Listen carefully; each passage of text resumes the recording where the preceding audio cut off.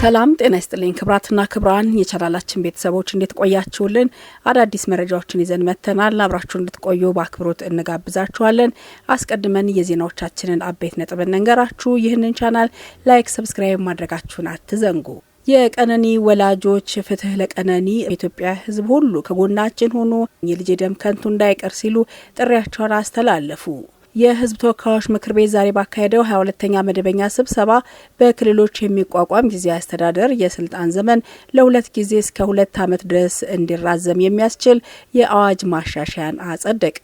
የአዋጁ ማሻሻያ ከዚህ ቀደም የፌዴሬሽን ምክር ቤት ስልጣን የነበረውን የክልል ጊዜያዊ አስተዳደር የቆይታ ጊዜን የማራዘም ኃላፊነት ለምክር ቤቱ አፈ ጉባኤ የሰጠ ነው። በሶማሊያ አንዲት የ8 ዓመት ህጻን መጥፋቷ ከተነገረ ከ6 ወራት በኋላ አግብቻለሁ የሚሉ ግለሰቦች ቤት መገኘቷ ቁጣን ቀስቅሷል። የአዲስ አበባ ከተማ አስተዳደር ገቢዎች ቢሮ በቁጥጥር ስራዎች ወቅት የሚፈጽሙት ችግሮች በተቋሙና በግብር ከፋዩ መካከል ያለው ግንኙነት እንዲሻክርና እምነት እንዳይኖር አድርጓል ሲሉ የቢሮ ኃላፊ አቶ ቢኒያም ተናግረዋል። እነዚህ ለሰዓቱ ያዘጋጀናቸው መረጃዎቻችን አበይት ነጥቦች ናቸው። ወደ ዝርዝር መረጃዎቹ እንሻገራለን። የህዝብ ተወካዮች ምክር ቤት ዛሬ ባካሄደው 22ኛ መደበኛ ስብሰባ በክልሎች የሚቋቋሙ ጊዜያዊ አስተዳደር የስልጣን ዘመን ለ2 ጊዜ እስከ 2 ዓመት ድረስ እንዲራዘም የሚያስችል የአዋጅ ማሻሻያ አጽድቋል። የአዋጁ ማሻሻያ ከዚህ ቀደም የፌዴሬሽን ምክር ቤት ስልጣን የነበረውን የክልል ጊዜያዊ አስተዳደር የቆይታ ጊዜን የማራዘም ኃላፊነት ለምክር ቤቱ አፈ ጉባኤ የሰጠ ነው። አዋጁ እስካሁን በስራ ላይ የነበረውን አዋጅ ቁጥር 359/1995 የሚተካ ሲሆን አዋጅ ቁጥር 1373/2017 ሆኖ በሁለት ድምጽ ተአቅቦ መጽደቁ ተገልጿል። የህዝብ ተወካዮች ምክር ቤት ዛሬ ማክሰኞ 23 ቀን 2017 ዓ.ም ባካሄደው መደበኛ ስብሰባ ላይ ቀርቦ የጸደቀው ይህ አዋጅ የስልጣን ዘመኑ የተጠናቀቀው የትግራይ ክልል ጊዜያዊ አስተዳደር የስልጣን ዘመን ለተጨማሪ 1 ዓመት እንዲራዘም የሚያስችል ነው። የትግራይ ክልል ጊዜያዊ አስተዳደር የተመሰረተው በ2015 ዓ.ም የወጣውን ማቋቋሚያ ደንብ መሰረት አድርጎ ነው። ጊዜያዊ አስተዳደሩን ያቋቋመው ደንብ ደግሞ መሰረት ያደረገው ከ22 ዓመት ገደማ በፊት የጸደቀውን የፌዴራል መንግስት በክልል ጣልቃ የሚገባበትን ስርዓት የሚደነግግ አዋጅ ነው። ይህ አዋጅ የፌዴራል መንግስት በ3 ሁኔታዎች በክልሎች ውስጥ ጣልቃ ሊገባ እንደሚችል ደንግጓል። በቀዳሚነት የተጠቀሰው ምክንያት በክልሉ ውስጥ የሚፈጠር የጸጥታ መደፍረስ ሲሆን በዚህ ጊዜ የፌዴራል መንግስት ጣልቃ እንዲገባ የክልሉ መንግስት ጥያቄ ሊያቀርብ ይችላል። በክልሉ ውስጥ የሰብአዊ መብት ጥሰት ከተፈጸመና የክልሉ መንግስት ድርጊቱን በቁጥጥር ስር ማዋል ካልቻለም ፌዴራል መንግስት ጣልቃ ይገባል። በአዋጁ ላይ የተጠቀሰው 3ኛ ሁኔታ በትጥቅ የተደገፈ የአመጽ እንቅስቃሴ ያሉ ድርጊቶች በሚፈጸሙበት ወቅት የሚከሰት የህገ መንግስታዊ ስርዓት አደጋ ላይ መውደቅ ነው። በእነዚህ ሁኔታዎች ምክንያት በክልሉ ጣልቃ የሚገባ የፌዴራል መንግስት ሊያከናውን ከሚችላቸው ጉዳዮች መካከል የክልሉን ከፍተኛ የህግ አስፈጻሚ አካል በማገድ ለፌዴራል መንግስት ተጠሪ የሆነ አስተዳደር ማቋቋም የሚለው ይገኝበታል። በዚህ መልኩ የሚቋቋም ጊዜያዊ አስተዳደር የሚቆየው ከ2 ዓመት ላልበለጠ ጊዜ እንደሆነ አዋጁ ደንግጓል። የፌዴሬሽን ምክር ቤት ጊዜያዊ አስተዳደሩ የቆይታ ጊዜ ማራዘም አስፈላጊ ሆኖ ካገኘው ከ6 ወር ላልበለጠ ጊዜ ሊያራዝመው እንደሚችል በአዋጁ ላይ ሰፍሯል።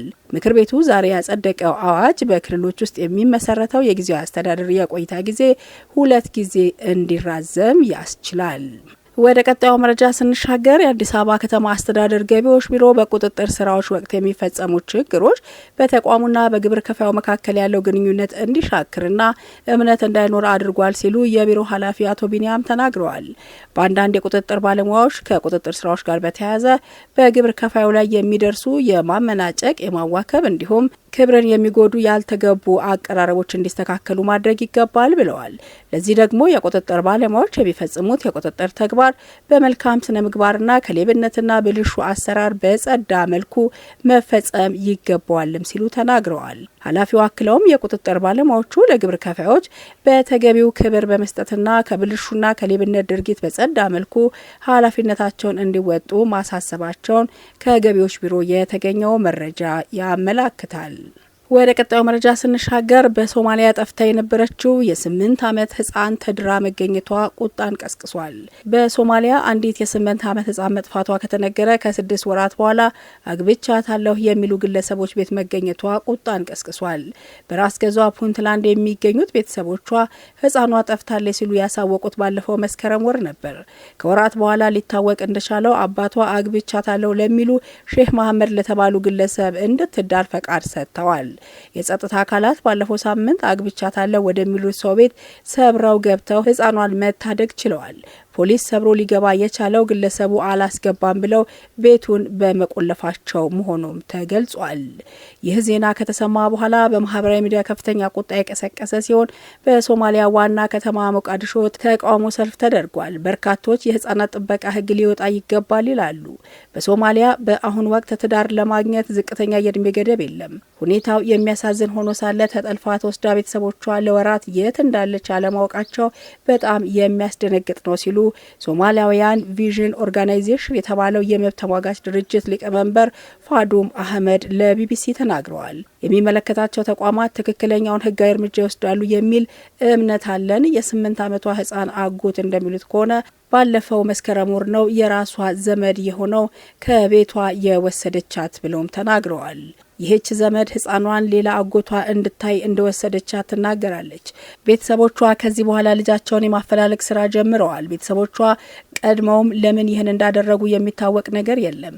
ሼህ መሐመድ መጀመሪያውኑ ህፃኗ ቁርአን እያስጠኑ እንደሆነ ተናገሩ። ነገር ግን ክስ ሲመሰረትባቸው አቋማቸውን ቀይረው በአባቷ ፈቃድ መሰረት ህፃኗን እንዳገቧት አስታውቀዋል።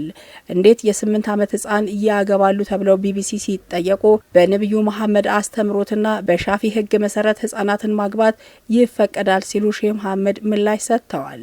ሼህ መሐመድ ትዳራቸውን እንደማይፈቱ ማስታወቃቸውን ተከትሎ ነው የፑንትላንድ ፖሊስና የሰብአዊ መብት ድርጅቶች ባለፈው ሳምንት ህፃኗን ከግለሰቡ እጅ ያስወጧት። ህፃኗ አሁን ከቤተሰቦቿ ጋር እንደምትገኝ የፑንትላንድ ፖሊስ ኃይል ለቢቢሲ ተናግሯል። የመንግስት ባለስልጣናት እንዳስታወቁት የህፃኗ መጥፋት በተመለከተ ምርመራ ተከፍቷል። በሶማሊያ ህፃናት እድሜያቸው ሳይደርስ ትዳር እንዲመሰርቱ ይደረጋል። በአውሮፓውያኑ 2020 በተባበሩት መንግስታት ፖፑሌሽን ፈንድና በሶማሊያ መንግስት የተሰራ ጥናት እንደሚያሳየው ከሆነ እድሜያቸው ከ20 እስከ 24 የሚሆኑ 35 በመቶ ሴቶች ትዳር የመሰረቱት 18 ዓመት ሳይሞላቸው ነው። በ2017 ይህ ቁጥር 45 በመቶ ነበር። ድህነት፣ የጸጥታ ሁኔታና ባህላዊ አመለካከቶች ሴቶች ያለ እድሜያቸው እንዲያገቡ ምክንያት ተደርገው ይወሰዳሉ። ይህ ሁኔታ ለመግታት በሚል የሶማሊያ ሴቶችና ሰብአዊ መብት ሚኒስቴር በ2023 የህፃናት መብት ረቂቅ አዋጅ ለፓርላማ አቅርቦ ነበር። ነገር ግን ይህ ረቂቅ አዋጅ ተቀባይነት ሳያገኝ ቀርቷል። ህጉ ተሻሽሎ በድጋሚ ለፓርላማ እንዲቀርብ ቢደረግም መቼ የሚለው ግን ምላሽ አልተገኘለትም። ክቡራትና ክቡራን የቻናላችን ቤተሰቦች ለሳቱ ያዘጋጀናቸው መረጃዎች በእንዲህ መልኩ ተጠናቀዋል። ይህንን ቻናል ላይክ፣ ሰብስክራይብ ማድረጋችሁን አትዘንጉ። በያላችሁበት መልካም ጊዜ